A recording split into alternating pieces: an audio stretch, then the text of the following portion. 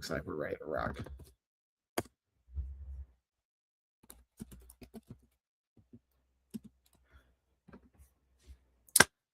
All right, everybody. The one word workshop.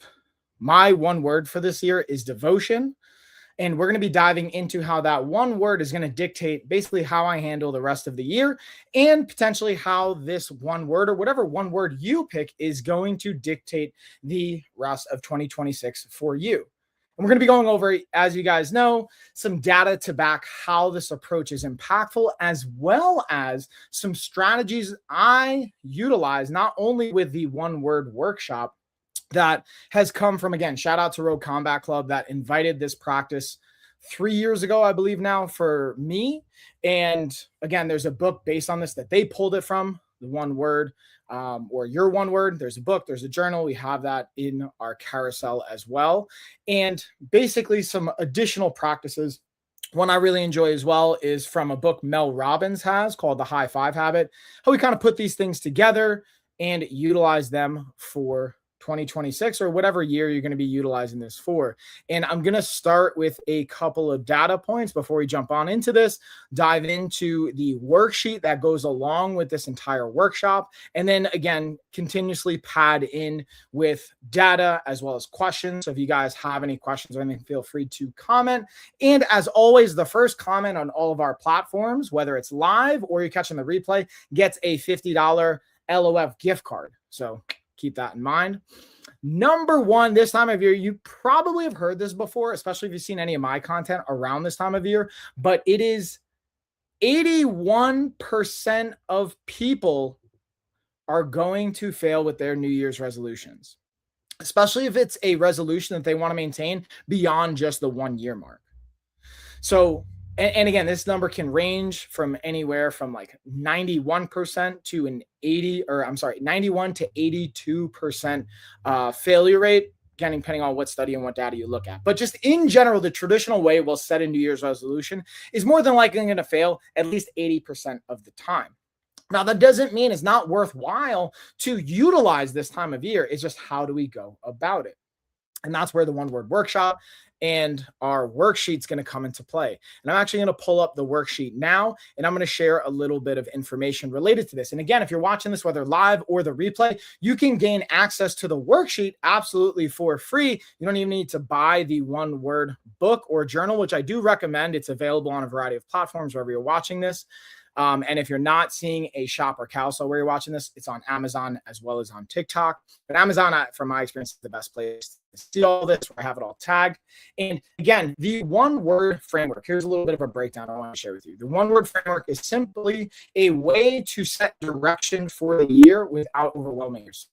Instead of chasing multiple goals, which someone with ADHD and has done this many, many years and many, many times, you choose one word that acts as a compass or a North Star. Sometimes we'll refer to this as for your decisions, your habits, and your priorities. So almost anything you're facing, go back to your one word that we are going to explore today and hopefully arrive at either at the end of this or give you the framework to get to it on your own. But you use this one word to determine the actions. I'll give you a personal example from last year as well as from this year. So my word for 2025 was relentless, especially coming off of Hurricane Helene that happened in September of 2024. I thought for 2025, having the word relentless would be really impactful because of the nature of what we were facing going into the new year and what I anticipated was going to happen. I even made this in a post. It was a really interesting, pivotal moment. We had actually put in an offer that August 2024, right before the month before the storm hit. Myself and my partner had put in an offer on an 80-acre property here in North Carolina. And to be super transparent with you, the numbers, now we approach it, it was just over a $2 million offer. And I'll be honest, I was terrified in an excited way because this is like obviously the biggest risk we were taking. And we were going through a lending process. We didn't have it cash. And honestly, thankfully, it didn't go through because if we did get the offer accepted, they went with our offer and the storm hit, we for sure would have been facing bankruptcy because it would drastically slow down all of the plans and our in-person business dynamic. But that's why, again, I picked relentless for going into 2025 because I knew I would need to be relentless in order to achieve things I had set out based on what we were facing. So again, hard pivot, right? My business took a hit. My partner's business that he owned separately took a hit. So we had to pivot there and being able to really look at taking some different opportunities. I was fortunate enough that I was able to leverage some contract opportunities. Shout out to Shimmer. It was an ADHD coaching platform that I partnered not only myself with, but my business with. We started to combine fitness opportunities with and became relentless with that coaching pursuit and in our partnerships to bring fitness to a new audience and combine fitness and ADHD in a way that we really hadn't leveraged before.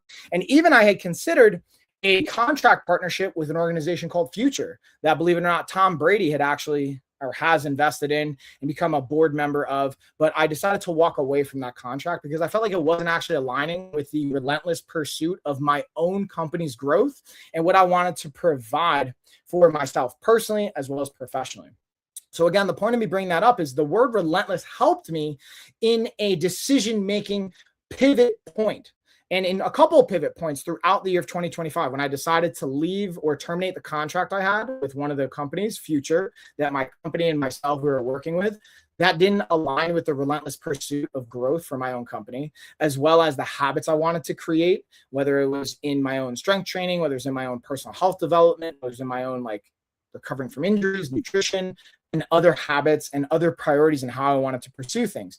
So now looking forward and being able to even celebrate because of that relentless pursuit, we've been able to secure health insurance contracts with Aetna, with Blue Cross Blue Shield, with United Healthcare. We're now expanding for Cigna, for other types of organizational practices with Medicare and Medicaid and other organizations as well. And being able to have our first in-person retreat in 2 years, because in 2024, we were going to have one. But again, the storm completely upheaved that in November. So we decided to be relentless in 2025 and pursue and set things up. So February 2026, we're having our next in-person health retreat in Joshua Tree, California. The point of me saying all this is that mindset of being relentless and how I'm going to approach these decisions and how I'm going to approach the priorities here. We wanted to relentlessly pursue the retreat dynamic and the overall integration of medical back coaching. So that's where insurance has come into play. We've now gotten approval from one of our insurance companies for some of the claims we've submitted, which is really exciting. It's a huge pivotal moment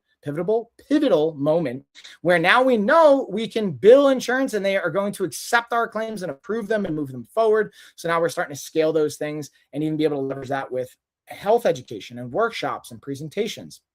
So with that being said, let's now dive into some of the dynamics here.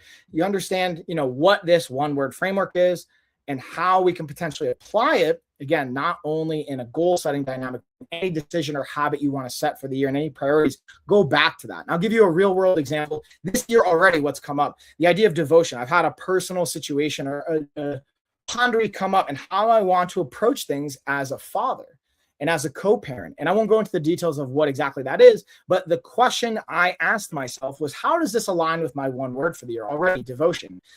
Is what I am facing and what I'm considering aligning with the word devotion? Am I going to embody devotion as a father and as a co-parent and as a partner if I go forward with the decision I want to make in a particular direction? Or if I go in the other direction, does that embody devotion? So again, it helps as a compass to steer through what can be really tough decisions and priorities to set. So now let's actually get into, now you got an idea of how it impacted my last year, how it already impacted this year. Now let's get into what we're actually going to do. How do we arrive at this word? And again, this is my now going on. So that's what, 2022, 23, 24, 25. So yeah, this is going on my fourth year doing this. So I've got lots of reps. I'm a little bit more comfortable. It's easy. I knew what my word was going to be actually probably like 2 months ago, but I pondered over it. And here's the questions that I asked. We're going to go one by one. There's 1, 2, 3, 4. We got 5 questions. And then we're going to go over some just other practices and some tools that we're going to utilize in support of this. So number one, the first question to ask is, what do I want more of in my life this year? So that's what I'll ask all of you, whether you want to answer that in the chat or in the comments or something to come back and go to a replay, bookmark this and ponder yourself. Take anywhere from 3 to 5 minutes, even more. Again, there's no rush to this, but I want to invite you to think about this reflective problem question. What do I want more of in my life this year? I know for me, a key component I want more of is connection. connection with my family, connection with my partner, connection with even in my business, my clients and my team members, and even connection with my own body. I want more connection. And in addition to that, I want to be able to have more freedom. And what I mean by freedom is the ability to take the time that I want with my family and with my loved ones and be able to travel or be able to pivot and shift as necessary, which I'm actually very grateful of. The contracts I've even gained and the work I've put in my own business has afforded me a certain amount of freedom, quite an adaptable schedule already. But always progressing towards that even more. So that's, again, the first question. What do I want more in my life? For me, it's connection. And that's why I come back to what led me and continues to lead me to the word devotion. Number 2, what do I want less of or need to release? This is, again, a really impactful, and I'll keep checking the comments to see if there's any other pieces popping up. But again, the point here is, oh, hey, what's up, Kennedy? I see you, dude. Hey. Being able to factor for not only what you want more of, but what you may want to either leave behind, let go of, or release in the new year. What do you want less of in your life? Maybe you want less stress. Maybe you want less conflict. Maybe you want to release personally. This is where I'll share some personal situations or examples of this. I want to release some of the things I'm holding on to, maybe some of the resentments I have from past experiences or past situations or past relationships or past memories or past actions I've had for my own self. I want to be kind of light and free from those things and release those kind of chains I'm holding myself to from past actions and decisions. That doesn't mean we don't take accountability for them, but we're releasing the burden of it. That's at least my interpretation experience of this. So what do I want less of, or what do I need to release? That also, again, helps me from a devotion. This is even impactful for, I'll be fully transparent, my relationship I'm continuously exploring with God. And I would consider myself continuously a philosophical and spiritually oriented person throughout all of my life, but have sometimes had a void in religion. And even I would say in 2025, I for sure went through like a dark night of the soul where I feel like maybe I was either abandoned by God or I abandoned him, or a combination of the two. And, feel like almost like, whoa, why have you forsaken me kind of a story. And really kind of internally look at my shadows and my own self and my own actions. And yeah, like even the notion behind that, what do I get to release? Do I get to release some of the expectations I maybe had? Do I get to release some of the resentment, again, not only towards myself or others, but even towards God potentially? And this is, again, my story, my version of it. So again, number 1, what do I want more of in my life this year? And then number 2, what do I want less of on the flip side, or do I need to release?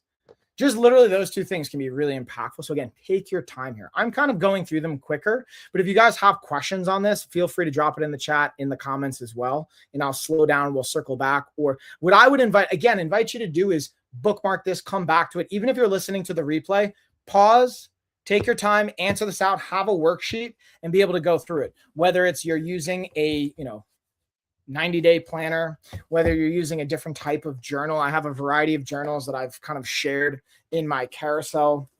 I think can be really impactful, whether it's, again, your traditional weekly planner, a blank dot journal, you're using just a like prompting journal, like whatever works for you. I think being able to have something where you physically write it down, or at least have audio notes, I find that's what's cool about content creation for me at this stage of the game, is it's honestly not just about, yes, it's about adding value and connecting with all of you watching this and consuming this, but it's also about me just having a space and a way to just like brain dump to a degree and just get it out there and to create in a way and just like release it. So that's another way of like, how do I release this? So again, pause, take your time, journal, write these things out. And again, we have different things and ways that you could do that in the carousel. Number 3, where have I been inconsistent because I was waiting to feel motivated? That's the key word, motivation. And we know, and I'm sure you can relate to this, motivation is going to be fleeting. It's not something you're going to possess 24/7, 365 days a year. It's going to be fleeting. And that's where you could argue accountability, discipline, or a variety of other tools, even your one word will come into play. But where have I been inconsistent because I was waiting to feel motivated? Is it with your health? Is it with your finances, maybe with your budget? Is it in relationships? Is it within your relationship to God, whatever spirituality, whatever philosophical, you're in your education? Where have you been inconsistent? And mostly because you've been waiting for motivation. And that's where it can become impactful for having a word that is your affirmation that will steer you when you face those walls, when you face that challenge of I'm not feeling motivated. For example, I'll give you a perfect real-time example. This morning, I wanted to sleep later than what I did. And my word again is devotion. So I was like, you know what? If I sleep in, I have a goal I set with Carrie is I'm always, if not at least 80% of the time, going to wake up at least an hour before the first thing on my schedule or on her schedule. So for example, if we have to exchange the kids at 8:15, I'm up at least at 7:15. If I have a call at 8 o'clock, I'm up at least 7 o'clock. If we have something at 7, I'm up at 6. And more likely, like honestly, Hope is up at 6 to 7 every day anyway. So, and I got to give props to Carrie, and this is where I got to give her flowers. Like she's really been handling a large portion of that, if not 80 to 90% of the time. Like there's obviously like we'll rotate to a small degree, but that's where I get to start going acting in devotion, where I get to step up and be devoted to my partner and relieve some of that pressure and be devoted to my children and be able to step up in a different, specifically my baby and my youngest child. Cause the other kids, they'll sleep in a little bit more, but again, where have I been inconsistent? And especially with motivation is like being consistent with my wake up time and wanting to feel motivated to wake up. So I use like what feels devoted or an act of devotion is waking up when I said I was going to wake up, because then I can tag in and support Carrie and have connective time with her and be able to say, hey, we don't have to rush before the next thing. So again, being able to see where there's inconsistency in your life. And this is what's really important with all of these is like being brutally honest. So I have no problem being honest and calling myself out, even in a like more public platform online, live streaming, whoever's watching this. I could honestly have less resistance to that nowadays. Some of it's still embarrassing, and I'm like maybe have some guilt around like, yeah, I'm not the best partner where like I don't wake up every single day. And Carrie's like waking up more than I am early with Hope, for example. But the point is being able to face it and being honest with yourself. That's an important practice to this. So doing it maybe even privately, or maybe it helps to do it in a more public fashion or group setting. Maybe even a body doubling session. I'm happy to make a body doubling session where it's not like live streaming. We'll do it on a private Zoom call if we have enough response for that as well. Then number 4, what patterns keep showing up in my health, work, school, or relationships? Basically, what patterns do you notice keep showing up? For me, an interesting pattern that, again, I'll go back to the same thing of like where we're like inconsistent is my, let's say, temptation to stay up late, because that's where I get the quiet time after parenting and running my business. And then that bleeding into my ability to wake up early that next morning, and my partner not feeling I'm a, let's say, 50-50 supportive partner. Whether it's with Carrie or even my ex, if I'm calling myself out, like I'm sure they'd have that feedback of like, hey, dude, I didn't really feel like you were a great partner. You can be a great dad, you can be a great parent, but like you're not a great partner because I'm left out to dry, waking up early all the time, or waking up in the middle of the night, or things like that. And that's a pattern I notice keeps showing up in my relationships, where like I can be a better partner in general, and I can tag in, not necessarily like financially, that's obviously less of an issue, I would say. But it's really where feeling supportive when things are tough, when like I struggle with not getting a lot of sleep. I'm kind of a baby like that, or at least that's the story I have. So that's where I've been a inconsistent person and also have a pattern showing up where I struggle. Another aspect with, let's say, my health, a pattern I can find is a little bit of a cyclical pattern, depending on the seasons and also depending on the time of year, where I'll put on a little bit of body composition, a little bit of body fat, especially around the holidays from like October to January, and then being able to want to spend time shedding it off. But what I've focused on, especially last year with Relentless, is not falling into that same pattern and recognizing, okay, where does this come up? Ever since I retired from fighting, what are some of the tendencies I notice? And then how can I adjust that, make them sustainable habits, and prioritize that? And that's been really impactful. And I've seen that with medication I've utilized, from even balancing out working with my doctors, being able to see supplementation, exercise, stress management, journaling, all these types of things. So again, noticing the patterns. And then even in work or in business, where I'm like, I can sprint for a quarter and then I pull off. I would like back off. That goes back to the word for 2025, which was being relentless. Instead of sprinting for the first quarter and then chilling for the second and the third quarter and sprinting again for the fourth, is I'm going to pick a relentless pace that I'm going to maintain every single week, every single month for the entire year. And what does that yield? And that's what's been really impactful for me, is like, I love using these like 90-day planner books, because my goal is, even if I don't have a perfect day or an outstanding day, my goal was to every week have what we would categorize as an outstanding week, where you get a certain amount of points for doing your task at the end of the week, you add them up. So I've had an outstanding week every single week in 2025. I did an entire year of an outstanding week. Now, not every day was outstanding. I had some days where like I didn't get an outstanding day for whatever reason, but week in and week out, I had that consistency and relentless pursuit to be able to have an outstanding week. And that was the measurable for me. And we'll go into some of the aspects of measurable that become important in that. But it's, again, being able to recognize the patterns. And that's where the one word helps us with that. And then number 5, lastly, what word would help me make better decisions when life gets hard? And we'll dive into that again. It's just recapping, steering us in a direction to a word. What I also found helpful as a part of this, there might already be a word or a couple words jumping out at you based on these questions. Write them down and then look up synonyms for those words. Look at the definitions and really start to think about and sit with those words. Even meditate, maybe pray, whatever it is your thing is, but don't rush. Take your time on this one and give it at least 24 hours. So you can maybe share in the chat if you want to. If you're watching this live or you're watching a replay, I would love to hear what your one word may be and to see what comes of that. But at the end of the day, also being able to take your time and not rushing through that and being able to see what actually adds value for you at the end of the day. That's an important piece. So again, to recap all of the different questions or our prompts here, because we have, again, 5, and these are just, again, I try not to overwhelm it, but these become impactful, and it's important to take your time and be clear on them. Number 1, what do I want more of in my life this year? Because again, it has to tie back to even if we think about how do we create a habit? What's the anatomy? And I've done, again, different talks on this. What's the anatomy of making a habit? We have 4 checkpoints. 1 is a cue. It's a prompt for us. It's my alarm going off in the morning, but then I get to make a decision.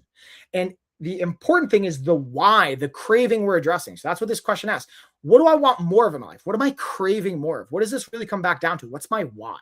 If we don't have that, no matter how much you set up your systems, you will not most likely have success in a sustainable way. So getting very clear on what you want more of in your life. On the flip side, what do you want less of, or what do you need to let go of? And that's a practice in and of itself. If you carry the same backpack of trash or of weight from the last year into the new year, it's going to be really hard to create maybe a new workflow, new habits, a new version of to transform yourself. If you're carrying old versions of yourself, and as someone that's a hoarder, I would categorize as myself being a hoarder. I love to hold on to things. This one becomes really impactful. And again, I get to practice this. This is like, again, when I think about these things, am I making space? Am I holding on to things? It's like, well, what does having devotion look like for 2026? And last year's, what was being relentless look like? Relentlessly going through my even wardrobe and just like dropping things I haven't worn in like a year or 3 months or 6 months, whatever that looks like. So again, what do we want more of in our life? What do we want to have less of and let go of? Where have I been inconsistent because I was waiting to feel motivated? And this is going back to a habit loop and creating a habit as an anatomy. You have a cue, you have a craving, and then you have the action, and then you have a reward that reinforces this loop. But the interesting thing I've learned working with ADHD oriented or neurodivergent brain chemistries especially, but this can also translate really well to everybody, but specifically for my neurodivergent peeps out there, is utilizing dopamine before you even do the thing. Meaning give yourself some extra quote unquote motivation or brain signaling to help you do that. So if you look at where have I been inconsistent, and then utilizing some dopamine strategies to do that. So for example, we have a cue, waking up in the morning, my alarm goes off. My craving is I want to be a devoted partner and have strong relationships with my spouse, as well as with my kids and with myself. Or maybe I want to wake up early so that I have time to work out, whatever that is. That's the craving. It's got to be there. But before I go into the action, because I could choose to go back to sleep. And if my craving isn't strong enough, I will more than likely go back to sleep. But even if my craving is strong enough to set myself up for success, I'm also going to pair it with a dopamine-oriented task. Maybe that means I'm going to use the foot massager really quick, or I'm going to have my favorite cup of coffee in the morning, or I'm going to, again, light a candle, or I'm going to have a playlist that I put on that wakes me up, that gives me some dopamine. Give my spouse a hug because she's already up in the morning, or give my baby a hug that helps me wake up so that I'm not feeling resentment towards the children, for example. But being able to do something that gives us dopamine is a really strong tool. Then do the actual action. And then again, reward yourself. Sometimes just doing the task, crossing off your list, being able to go back to your planner and checking it off. That's the reward. But being intentional with whatever that reward is and making sure there's a reward there. And I call it making a dopamine sandwich or a reward sandwich. So you do something that motivates you before, playing music, lighting a candle, giving someone a hug, whatever. And then you do your task, and then you give yourself extra dopamine after to really reinforce creating that routine or habit. So again, that's number 3. To recap, what do I want more of in my life this year? What do I want less of or need to release? Where have I been inconsistent because I was waiting to feel that motivation that we're now troubleshooting with the dopamine as well as our word? And then what patterns keep showing up in my life, whether it's work, health, education, school, relationships, finances, whatever it is, what are the patterns that keep showing up? Like I thought once I made 6 figures, like cool, once I make 100 grand a year, all my problems go away financially. And that is not the case. And I'm going to be super transparent with you guys. From a business standpoint, revenue wise, we've done 100 grand every year since I want to say 2020 or 2021. I might have to double check the books on that. Maybe even before that, 2018, but it's been at least 5 years. Now, not profits have always shifted potentially depending on what's going on. And I'll be really honest with you guys. In 2025, we were like negative $40,000, like from a profit standpoint. That was the first time I was negative in a profit in like a decade. But being able to realize the hurricane had an impact, taking out loans to get through it, all the things that were going on. And now it's finally led to, because of that relentless pursuit, being able to come out into 2026 devoted to the systems we've built and being able to have these new opportunities that have come from that. So the point is, if you notice patterns, there's something to be gained from that. We get to look at that. And then lastly, what word can help me make better decisions when life gets hard, when I don't want to wake up when I'm tired, or when I don't want to go to bed because I feel overwhelmed and I need a little bit of me time. Or one thing that I'll share again personally is where in finances, I can be really disciplined for a period of time, for like 100 days of like budgeting, but then you know what? I'm stressed out. I've had a hard day, like whatever. I'm going to go splurge and go have dinner with the kids. When the plan was to not do that. Or like, let's say I have like $100 a day budget for everything, all expenses. And I've already spent that $100 a day, but you know what? I'm going to spend an extra $50 on this thing because X, Y, or Z. That can be a potential pattern. I get to look at that. So being able to say, hey, for me, and this is why I love the word devotion, is I'm devoted to whatever my well-being component is. I'm devoted to my financial health. So if I'm devoted to that, that means not only am I doing it begrudgingly, but I'm doing it with passion, especially when I don't think anyone's looking. Even if Carrie's not looking at my finances, my accountants aren't looking in that moment, I know what I'm doing and I get to take accountability and I get to look at that. I think that's a really powerful why I pick devotion. And again, I would invite you to take your time with this word and being able to then arrive at my one word is. And then pair that with my definition of this word is. Not only look up the definition, but then using your own definition for it. So my one word is devotion. My definition of this word is pursuing it as a paraphrase, like this is my version of that, is pursuing it as if no one's looking and with passion. So I'm doing it as if I don't think anyone's watching, not for any other credit or whatever. And I'm doing it with passion.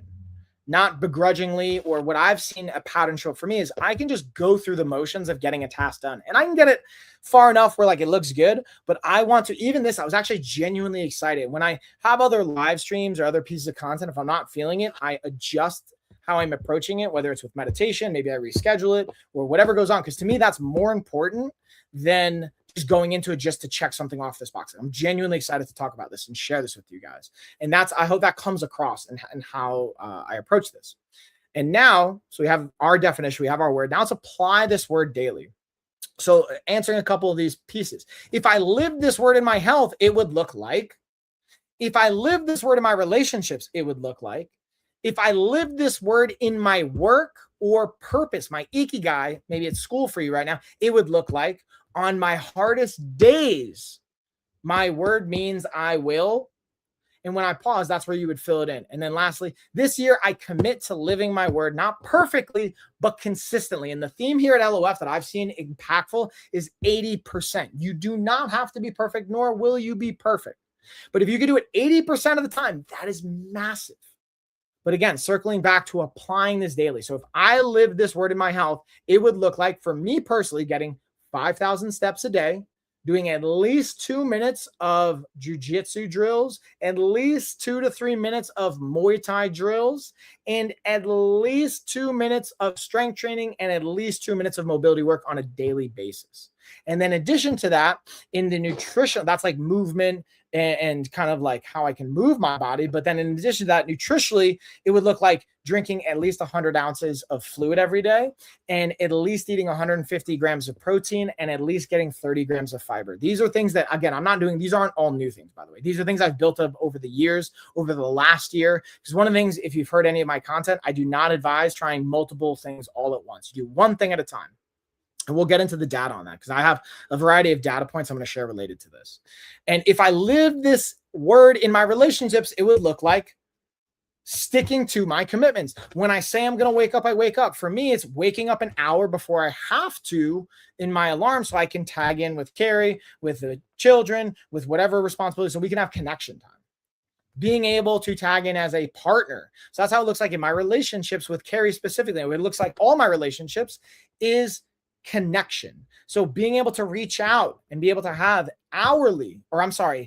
daily, I have 1 hour where I have connection with a loved one, whether it's Carrie, whether it's a family member, a friend. Every day I'm spending at least 1 hour connecting with someone outside of myself. And it can be my kids, but that's how I'm going to be devoted to my relationships.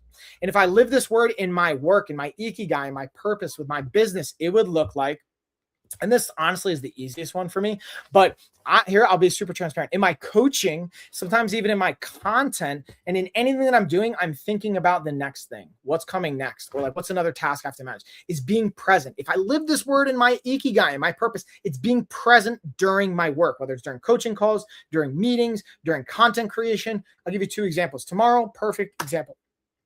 I have coaching calls that I'm going to be jumping onto. It's being present with those, like not thinking about the next call, not thinking, when I have to jump off. It's being present with that coaching client in a one-on-one or a group setting.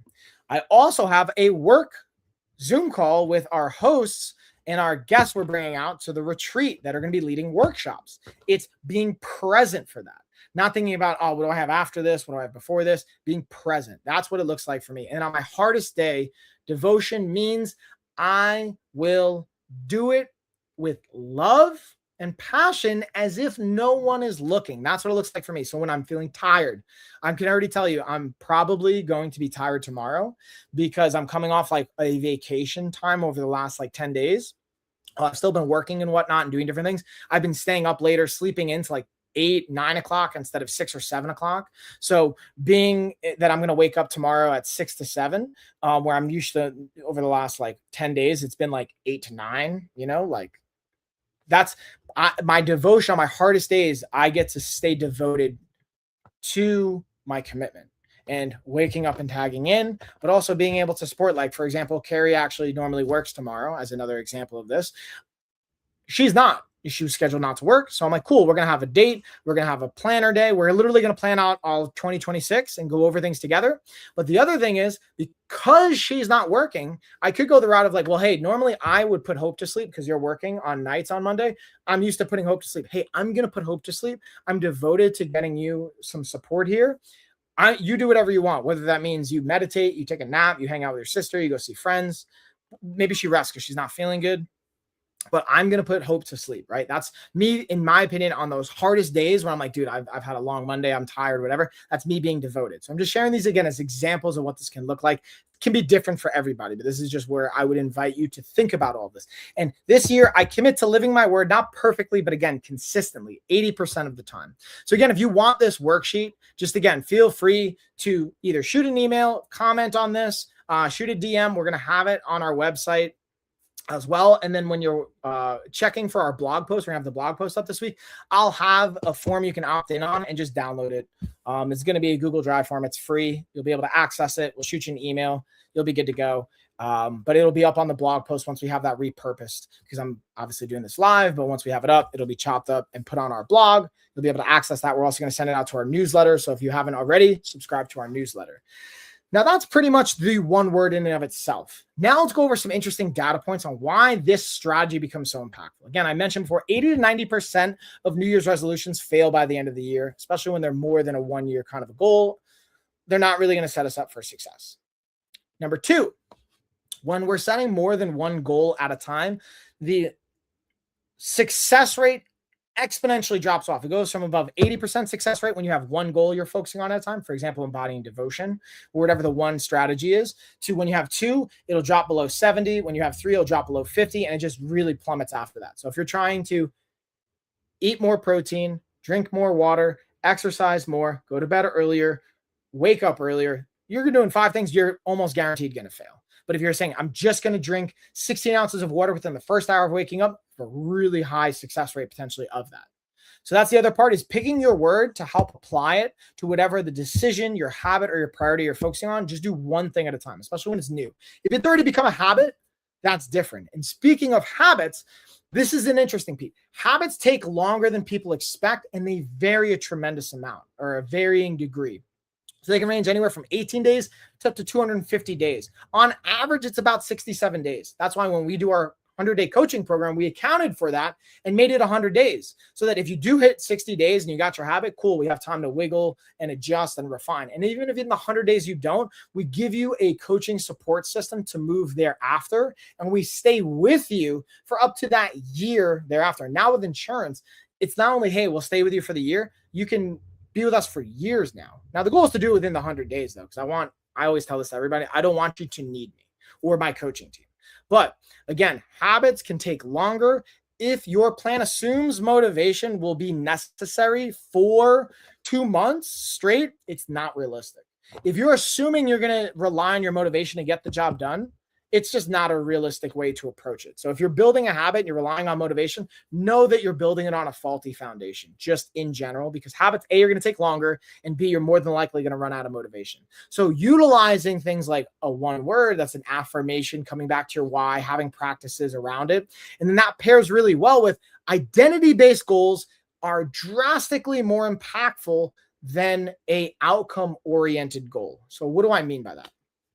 What I mean by that is the identity is, I'm a devoted father, I'm a devoted coach, I'm a devoted man, I'm a devoted partner, I'm a devoted health-oriented human being. That is an identity that is easier to access and sustain than I want to be 15% body fat.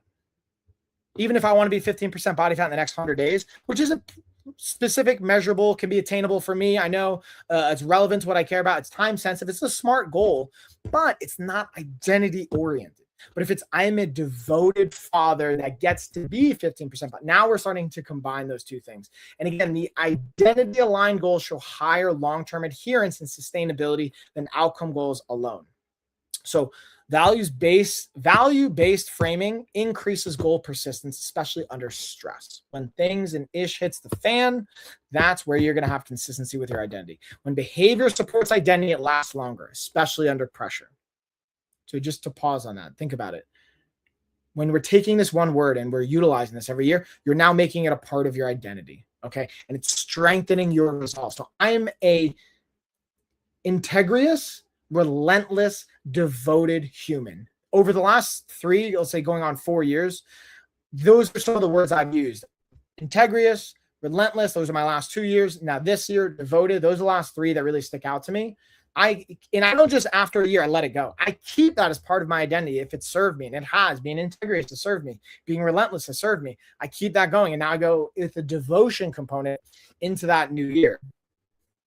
So now, again, language too. Identity language increases our action. So it's not just using that identity, it's how we talk about it. That's where, again, using that affirmation. And this, we're going to tag in the Mel Robbins strategy of the high five habit, which I'm going to get to here in a minute. So I want to pause, see if there's any questions that jump out to us here. Doesn't look like we have any questions. Okay, I see you. Hello, Michael. What's going on? Doesn't look like we have any additional questions, though. So lastly, here's one more I do want to throw at you, or I guess technically 2 more, is self-monitoring improves adherence up to 40%.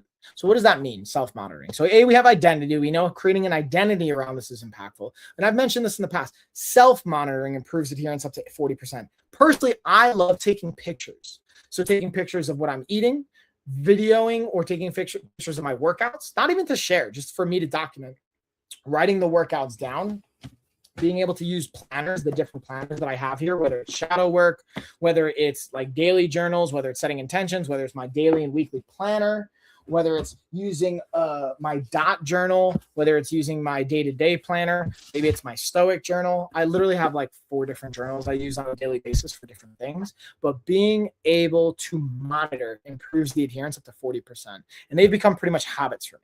So tracking the performance improves consistency 30 to 40%. And again, maybe that's using a watch, right? Tracking my steps. I mentioned that before. Tracking my protein by taking pictures. If you use our LOF app, and we have our LOF GPT, you can take pictures of it and feed it to our AI, and it can guess how much protein you're taking in, how much fiber you're taking in. You can log it on our app.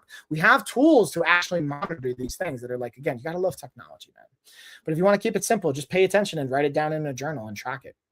But whatever it is, you don't have to overcome, like pick one thing you're going to track. Maybe it's your steps, maybe it's your water, maybe it's your protein, but just pick one thing. You're going to track it. You're going to have 40% more success by doing that. And then lastly, small habits outperform big resets. So habit-based micro changes in this particular study that was done by the American Journal of Preventive Medicine found people lose 8.4 pounds of overall weight after 32 weeks versus the control group that lost roughly a pound by doing habit-based micro changes. Let me give you an example. So small, boring habits beat dramatic New Year resets every time. For example, in our 28-day reset, our 100-day protocol, we incorporate drinking half of your body weight in fluid ounces. If that doesn't feel micro enough for you, let's say that's too overwhelming. Hey, I want you to drink 8 ounces the first hour of waking up. Those are the micro kind of habits you build versus, oh, I'm going to drink a gallon of water every day. I'm going to exercise twice a day. I'm going to go to bed an hour earlier. I'm going to wake up an hour earlier. That's like already like massive change. And they're all great if you could do them, but they're just more than likely not going to work out for you. It's too big of a change all at once. You're better off, again, making the micro change, which is, hey, I'm going to stop looking at screens an hour or 15 minutes before the normal time I would stop, as the example. Or again, I'm going to drink 8 ounces of water the first hour of waking up. Or I'm going to eat an extra 10 grams of protein at every meal. Or I'm going to go for a 15-minute walk every single day, or at least 2 times a week. Whatever the micro version of it feels and looks like. I always invite look at 2 to 5 minutes. 2 to 5 minutes on a daily basis have shown to rewire our brain chemistry. And again, when we look at what it can have an impact on our body composition, this also shows the impact as well. Start small and build versus the temptation to be like, I'm going to do 75 hard, which I think 75 hard is great. But how many times do people fail 75 hard? Or even if they do it, how many times did they like lose some weight and then don't keep it off? And if you do, great. Like I've lost 50 pounds when I was 16 and I've kept it off for 22 years. So I'm telling you, as someone that's done this and kept 50 pounds off for basically 2 decades. Now, again, I've lost and gained, and then that's even, I've lost more. I've lost 100 pounds. I've gone from like 250 pounds to 150 pounds. And I've competed at 155 pounds as a fighter. I've competed at 175 pounds, and I've even competed up to 200 pounds as a competitive athlete in grappling to Muay Thai and everything in between. I walk around about 200 pounds. Sometimes it goes up to 210. Sometimes I'll go as low as 185, but I will stay around 200 pounds. That's where I feel good. Depending on what's going on, I'll ebb and flow. But my point is I've kept 50 pounds off for 20 years. And what I've seen is, and I've played with different resets and protocols and different things like that. And we still utilize different versions of this, even in our own book. We do a 7-day reset where you do 24 hours of fasting and then 24 hours of feeding. You can do that. But the goal is to have, and what we incorporate even after doing that, after a week of doing that, is sustainable small micro changes you maintain for ever, basically. The goal is to have sustainability that you can adhere to 80% of the time the rest of your life. And then you can go through cycles where we do 90% adherence, 100% adherence, and you rotate through it. So that's like all of the kind of data as well in the recaps. I kind of featured some of the books, but that's pretty much going to do it. What I can also tell you, I'm going to give you guys like peel back the curtain. I was going to do this actual live stream like 2 hours from now, but Baby Hope is not feeling so hot. And this is where I go back to being a devoted father, being a devoted partner, and not just being a devoted business owner. I was going to go to my sister-in-law's with Carrie. We're going to have dinner. We're going to come back to do the live stream at 8:15. Hope is going to be in bed. It's going to be easier. But Baby Hope is not feeling great. So I did the live stream earlier. Appreciate you guys jumping on. And I can already hear her in the other room. Carrie's trying to put her to bed. I can hear this going on. And I can hear she's having a hard time. So this is where I'm tempted to want to stay on for another 20 minutes with you guys and go over products and tagging more things. But I get to be not only a devoted content creator, devoted coach, a business owner where I showed up for you guys. I'm passionate. I'm excited. Now I can feel myself getting pulled and getting somewhat distracted, where I don't feel like I'm actually showing up in the best version. And I'm just going to kind of be going through the motions here. So what I've learned is to, instead of doing that, I'm going to pause here. I'm going to thank everybody. Thank you for tuning in, joining. If you're watching the replay, if you're watching this live, I would even say circle back to this, watch the full thing, pause it, go through the worksheet, go onto our blog post, download the worksheet for free. And also, if you want to, join us in Joshua Tree this February 2026. We're taking spots. We have about 10 spots filled. We got 15 more that you can come to in person. You can now leverage your insurance to cover your trip. And all you got to pay is cover your flight getting out there, or however you're going to get out there. But you can use your insurance to cover the coaching and the health education and all the stuff we got going on out there, as well as the remote pass we're going to be having. If you want to see more on that, go to our website. But I'm going to go tag in, be a devoted father, be a devoted partner, and I appreciate you guys. Cheers. Have a happy new year. Happy 2026. And again, whether it's 2026 or you're watching this years down the road or even halfway through the year, you could do this at any time. But the goal to this is picking a word as an affirmation that secures and locks in how you approach your decision-making, your priorities, your habits. It's your compass. It's your North Star. It's your guiding. It's your principle. And that's what I found really impactful. So that being said, cheers, everybody. Appreciate you guys. There we go.